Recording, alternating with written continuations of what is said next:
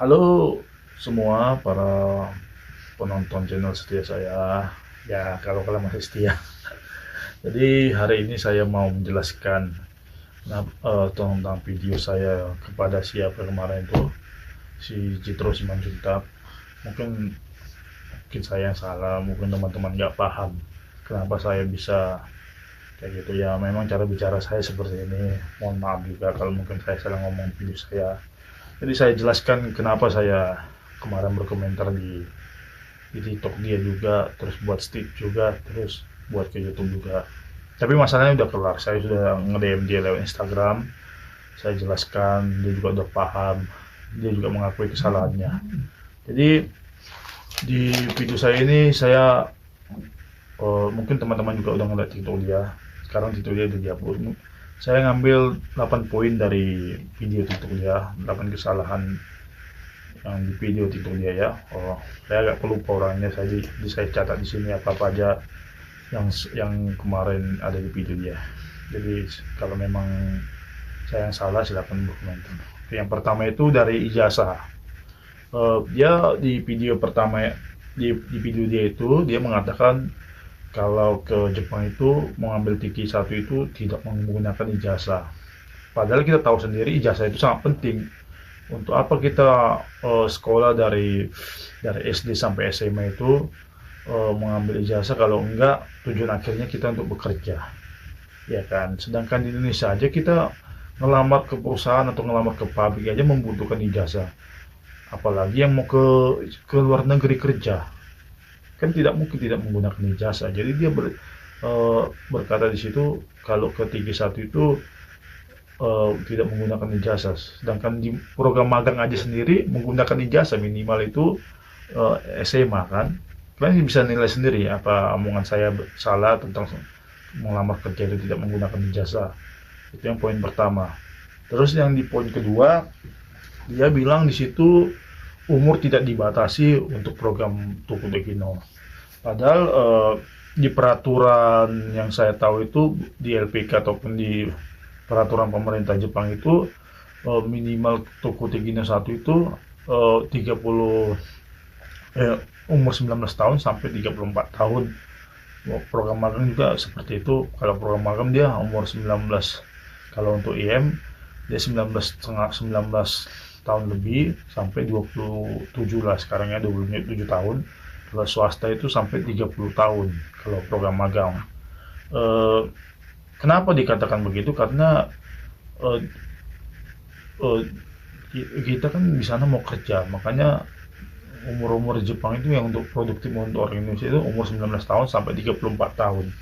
Karena kita tahu sendiri orang Indonesia itu umur 50 tahun itu pasti udah lewat ya, jarang ada yang bisa lah. Jarang ada yang bisa umur 50 tahun, apalagi umur 50 tahun orang Indonesia itu kan tenaganya udah nggak produktif. Beda seperti di Jepang. Kenapa seperti itu? Karena dari segi makanan aja kita di Indonesia udah beda. Karena di Indonesia itu kan semua makanan bisa masuk kan. Pergerakan kurang.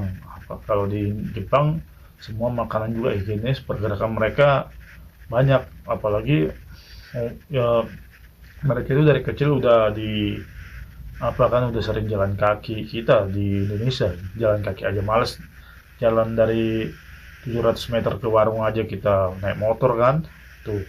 Terus juga ada pun yang bisa di atas umur 34 tahun program Tokutekino itu biasanya itu yang ex Jepang, yang udah pernah ke Jepang. Mungkin perusahaannya yang sebelumnya waktu magang itu manggil dia untuk kembali ke Jepang lagi melalui TSK. Terus kalau jadi diurus berkasnya dia ke Jepang. Kalaupun ada dia yang bisa lagi ke Jepang itu tanpa ex Jepang, belum pernah ke Jepang, biasanya itu memang bisa sih, saya lihat sih bisa dia, tapi biaya yang dikeluarkan dia besar, bisa dari 2 kali lipat dari biaya Tokutekino, bisa 3 kali lipat dari Tokutekino. Saya pernah lihat di TikTok dia ke Jepang itu umur 37 tahun, Mbak, saya lupa namanya. dia ke asal Lampung atau asal Lampung kalau nggak salah. Atau terus saya saya cek dia, saya tanya-tanya informasi dia. Dia menjelaskan biaya yang dikeluarkan dia itu kemarin itu kalau nggak salah sekitar 50 jutaan, hampir 60 kalau nggak salah. Padahal kalau untuk toko gitu yang umurnya dia bawah 34 itu sekitar 26 tahun ya. Kalau di Medan ya, sekarang saya di Medan, saya kan kenal beberapa LPG juga di Medan, itu 26 jutaan sampai 30-an. Karena dia katanya umurnya udah 34 lewat, dia sekitar hampir 60 juta mau ke Jepang ini. Mungkin saya yang salah atau apa, mungkin setiap orang-orang beda ya. Itu jadi kalau untuk usia itu toko Tegino itu yang apa, dari 19 tahun sampai 34 tahun. Itu poin kedua. Poin ketiga, dia bilang juga tinggi badan. Dia bilang di situ tinggi badan itu tidak dipermasalahkan. Iya, tinggi badannya itu memang tidak dipermasalahkan maksimalnya. Tapi kan dia nggak menjelaskan minimalnya kan. Padahal kita tahu itu kalau ngelamar kerja itu minimalnya ada. Masa sih tinggi badan 130, 140 mau kerja ke sini? Ya kan, kalian juga berpikir, masa sih tinggi badan, maaf ya bukan body shamingnya, yang tinggi badannya setinggi anak tingginya setinggi anak SD atau anak TK bisa kerja ke sini? Kan nggak bisa kan. Sebelumnya saya juga pernah kerja di pabrik ramen di Fukuoka. Saya ada junior itu, dia dari Jakarta. Tinggi badan dia itu 100, nggak sampai 160, mungkin 157 kalau nggak salah. Dia dimasukkan di pabrik ramen teman saya. Awal-awal kerja dia di pengepakan ramen. Terus dia dipindahkan ke tempat saya. Saya waktu itu kerja di bagian masaknya, pengolahannya kako. Jadi tugas saya itu masak topping untuk ramen. Jadi dipindahkan ke tempat saya. Kita masak di pengolahan itu ada kettle besar seperti kuali, tapi dia bentuknya kayak mangkok itu, besar banget, itu tinggi banget.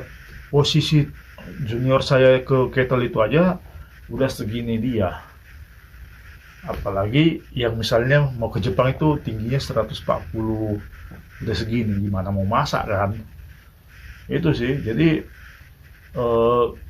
dia bilang itu tinggi badan tidak permasalahan. Seharusnya dia bilang detailnya juga, minimal tinggi badan harus ada. Itu yang poin dari poin ketiga ya.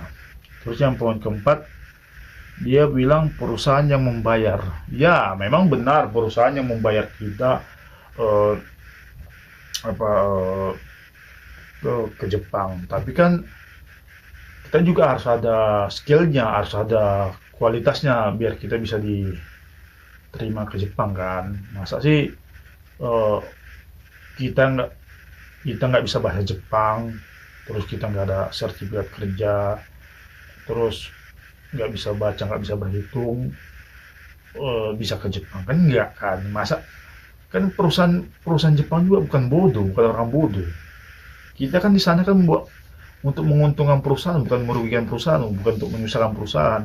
Jadi yang poin keempat itu seharusnya dia jelaskan juga, perusahaan yang membayar kita, dia seharusnya menjelaskan kita.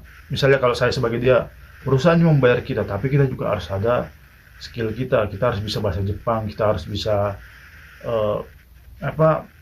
harus ada JPT, harus ada SSW, sertifikat jurusan. Seharusnya dia menjelaskan seperti itu, tapi dia tidak menjelaskan di video dia itu kan. Itu yang poin keempat. Poin keempat itu garis bawahnya kita harus ada kualitas lah, ada yang bisa diunggulkan agar dia bisa ke Jepang. Poin kelima, dia bilang jangan ikut magang ke Jepang. Kalau menurut saya dia bilang jangan ikut magang ke Jepang itu mungkin dia memandang kalau menurut pandangan saya dari segi gaji ya, kalau menurut saya, makanya dia bilang jangan ikut program magang di Jepang. Padahal kalau di perusahaan saya yang di sini sama yang di Fukuoka kemarin, gaji Kensusei itu sama toko gitu tuh gajinya sama. Cuman yang membedakan itu kalau di perusahaan tuh memang dapat apa ya, dapat bonus setahun itu ya. Tapi kalau misal di program IM Jepang, mana saya sempat juga jelas di TikTok, kalau misalnya dia ikut program magang ke Jepang itu biasanya bukan biasanya, memang dapat ya. Kalau dia program 3 tahun, dia dapat dana mandiri itu sekitar 600.000 yen. Terus kalau dia nambah dua tahun lagi, dia dapat dana mandiri 400.000 yen. Jadi saya kan alumni ex Jepang juga ya. Saya 5 tahun. Kemarin saya selesai 5 tahun itu, saya dapat dana mandiri itu 1 juta yen. Dikurskan waktu itu zaman tahun 2022 itu corona ya, lagi apa juga, kurs juga udah mulai menurun. Saya dapat itu sekitar 122 atau 124 juta 5 tahun itu dana mandiri. Terus kalaupun dia magang itu, setahu saya dapat yang swasta, biasanya dapat juga sih dana mandiri, cuman tidak sebesar yang negeri, yang IM Jepang ya. Kalau nggak salah teman-teman saya dulu swasta dapat sekitar 30 jutaan lah waktu apa ya, magang. Jadi terus dia bercerita juga, mungkin dia sepele gaji magang. Padahal sudah seperti saya bilang itu, gaji magang sama Tokudeki itu sama. Bahkan dulu waktu saya magang di Fujipang itu, gaji saya lebih besar pas magang ketimbang gaji saya di Fukuoka dulu. Makanya saya dari Fukuoka sana pindah ke Nagoya kan, karena perusahaan saya mau kembali ke perusahaan itu, cuman perusahaan yang saya di Tokyo tutup, jadi saya ngambil yang cabangnya yang di Nagoya. Terus banyak juga yang berkomentar di TikTok saya, gak mungkin gaji magang ini. Coba saya bilang di video saya, coba lihat, tanya-tanya orang-orang yang magang di kapal atau di perikanan atau di pertanian, gaji mereka itu besar. Saya bilang juga, kamu sering nggak TikTok nggak? Mereka seperti gaji mereka. Apalagi yang magang juga di pemotongan daging sapi kayak yang di Hokkaido itu, gaji magangnya besar juga. Jadi saya bilang, saya nggak mungkin berani ngomong gitu kalau saya nggak survei dulu ke sosial media atau apa. Bahkan teman-teman saya juga mengakui ya. Apalagi di Jepang ini, kalau misalnya di pabrik, kalau misalnya kerja di shift malam itu kan dapat tunjangan kan. Kayak di sini di Tokyo dulu juga, teman-teman juga yang shift malam di Jepang itu beda kayak di Indonesia, nggak tahu ya di Indonesia ya. Di Jepang itu kalau kita di shift malam itu full, dia dapat tunjangan bukan lembur ya, tunjangan itu sekitar 3 jutaan shift malam. Lain lagi lembur, lain lagi gaji pokok dia. Jadi saya berani ngomong gitu, karena saya tahu. Saya juga di sini kan ngambil Tokudeki itu gajinya sama kayak Kensusei kan. Jadi saya juga shift malam, jadi tahu, makanya saya berani berkomentar seperti itu. Terus yang keenam ya, bebas ambil kerja ke Jepang. Sebenarnya itu salah juga sih, karena kalau kita mau kerja ke Jepang ini ya harus sesuai dengan SSW kita, sertifikat kerja kita. Misalnya dia di Indonesia itu ngambil SSW pengolahan makanan, ya otomatis dia ngambil di Jepang itu ya pengolahan makanan. Nggak mungkin dia ngambil di Indonesia itu jurusan pengolahan makanan, ngambilnya di sini konstruksi. Nggak mungkin dia di Indonesia itu ngambil konstruksi, dia di sini mau ngambil pertanian, kan nggak bisa kan. Jadi itu yang saya jelaskan di poin ke-6 ini. Terus juga dia bilang di poin ke-6 itu juga, kalau misalnya kita pengen mau kerja di kota ini, terus ya bebas. Misalnya saya pengen ke Tokyo, saya harus otomatis perusahaan terima saya, nggak bisa. Jadi maksud dia, kalau misalnya dia pengen ke Tokyo, di perusahaan Tokyo nggak nerima dia maksain harus di Tokyo. Padahal misalnya di Shizuoka mau nerima dia, di Tokyo nggak nerima, dia nggak ngambil yang di Tokyo, dia nggak ngambil yang di Shizuoka, malah berusaha ngambil di Tokyo. Kan nggak masuk akal kan. Kalau saya sendiri seperti kemarin saya ngambil toko di Gino juga, saya ambil daerah Chiba, tapi daerah Chiba itu nggak nerima, udah habis kuotanya yang dibuka di Fukuoka, ya otomatis saya ngambil di Fukuoka. Ya kan kerjaan kan ya itu kan apa kan, kita kan di sini mau kerja, ya apa salahnya ngambil di Fukuoka, ya kan nggak ngapain harus di Chiba, kan memang tujuan kita kerja di Jepang. Itu yang poin yang keenam. Terus yang poin ketujuh, dia menghina LPK. Maksudnya menghina gini, dia menjelek-jelekan LPK. Dia bilang LPK kayak ini dia sakit hati sama LPK. Ya oke lah, itu sakit hati mungkin, tapi kan nggak semua LPK seperti itu. Bahkan ada LPK yang memang membantu murid-murid pesertanya sampai ke Jepang. Asal dia tahu, LPK itu kan ownernya rata-rata yang sudah pernah ke Jepang kan. Dia paham kondisi kesulitan di Jepang itu.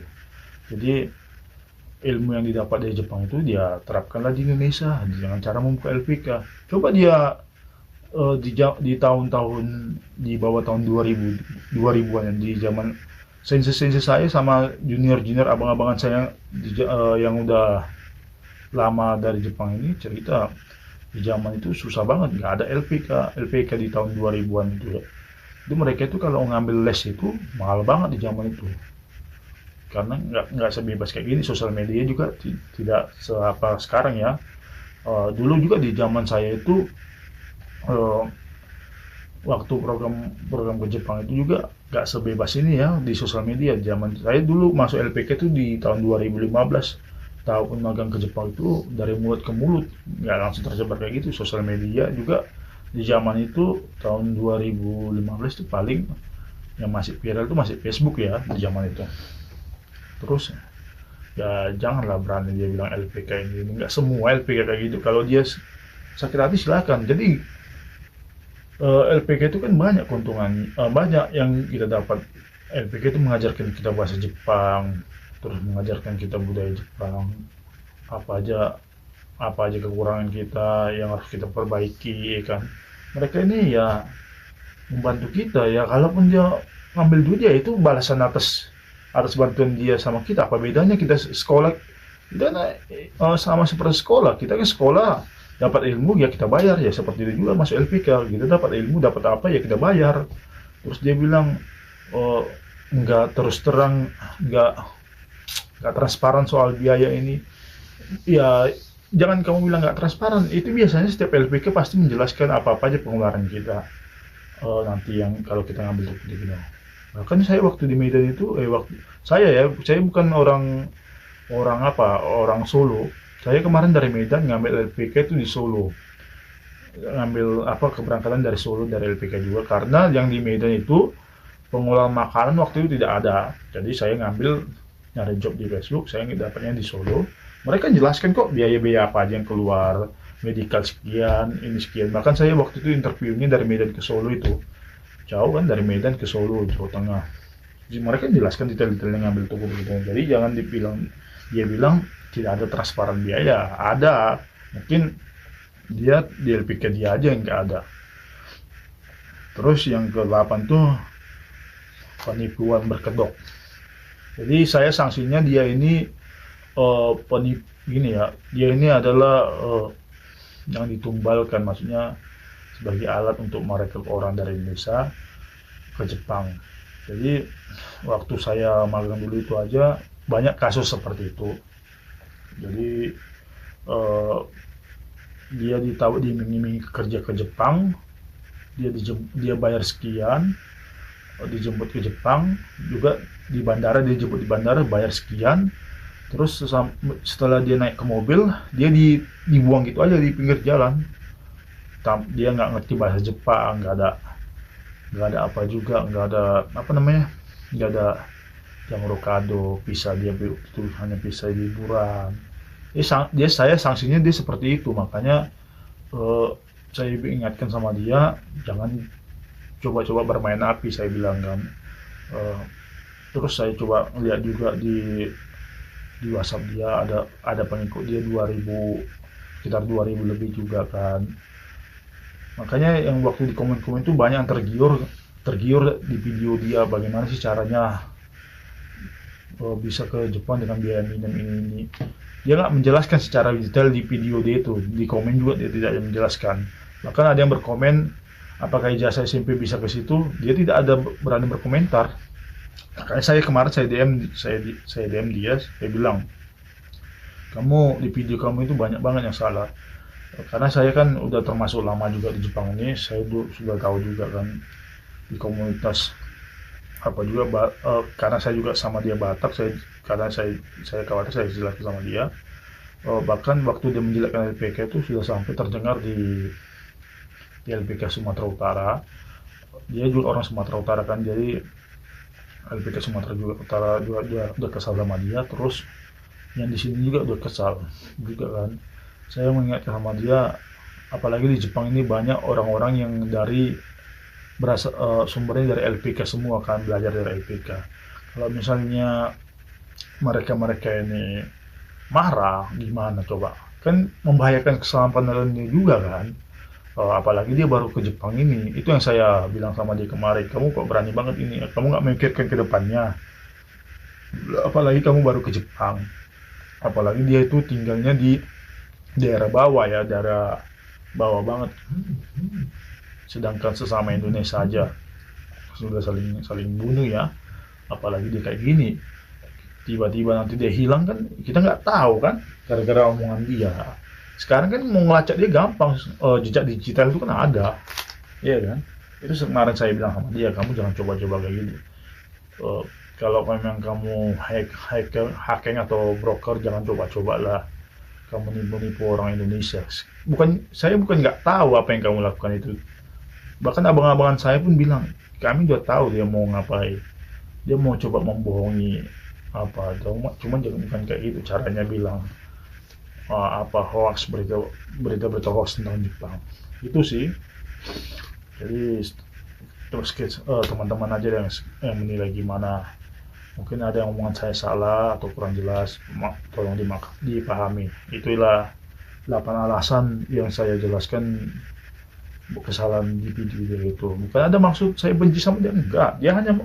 Dia berita dia hoax, memberitahu yang nggak benar kepada orang-orang Indonesia yang awam soal info ke Jepang. Terus satu lagi yang setahu saya itu, program Teuku Tekino Mandiri itu bukan seperti itu caranya. Bukan ini ya. Sedangkan dia pun mengakui belajar bahasa Jepang melalui LPK kan. Dia mengakui juga kan, dia belajar bahasa Jepang melalui LPK. Kalau Teuku Tekino Mandiri itu yang setahu saya, kita harus bisa bahasa Jepang, ada skill juga. Terus kita juga harus ada SSW. Terus kalau minta bantuan mungkin bisa pakai STSK ya. Tapi setahu saya ada beberapa teman saya itu tidak melalui STSK, jadi dia melamar kerja itu langsung dari perusahaannya.